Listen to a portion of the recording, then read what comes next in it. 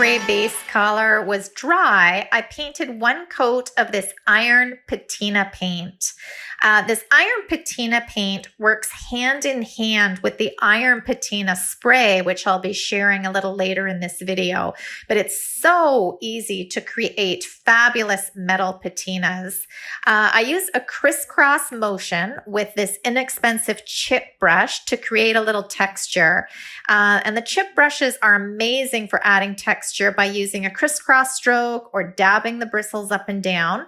And then again, I used my heat gun and dried the first coat of iron patina paint 100%. Then using the same chip brush, I painted a second coat of iron patina paint. And I did the exact same thing, added a little bit of texture. And while the paint was still wet, I moved on to the next step. And this is very important. You want to keep your second coat wet and then use the spray. So here's the green patina spray I mentioned earlier in this video. It also comes in a blue patina spray, and I'll link both down below so you can go check it out.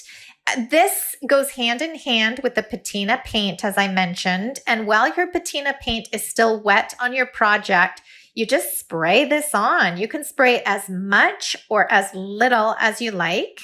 And this spray activates the patina rusting process. So once it's sprayed, all you have to do is wait between 2 and 6 hours and let the magic happen. Now, after I sprayed this patina spray, I actually took my brush and brushed it on the bottom of this tray, and I didn't like the way it all came out.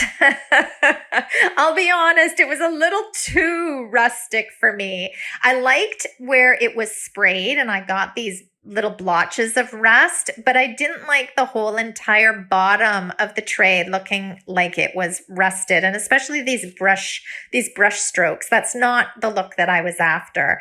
So after 6 hours, the sides looked fabulous, and then the bottom of the tray a little too harsh for my liking. So I took some of the patina paint and I just glided it over the areas that I thought was a little too much, just to tone it down a little bit.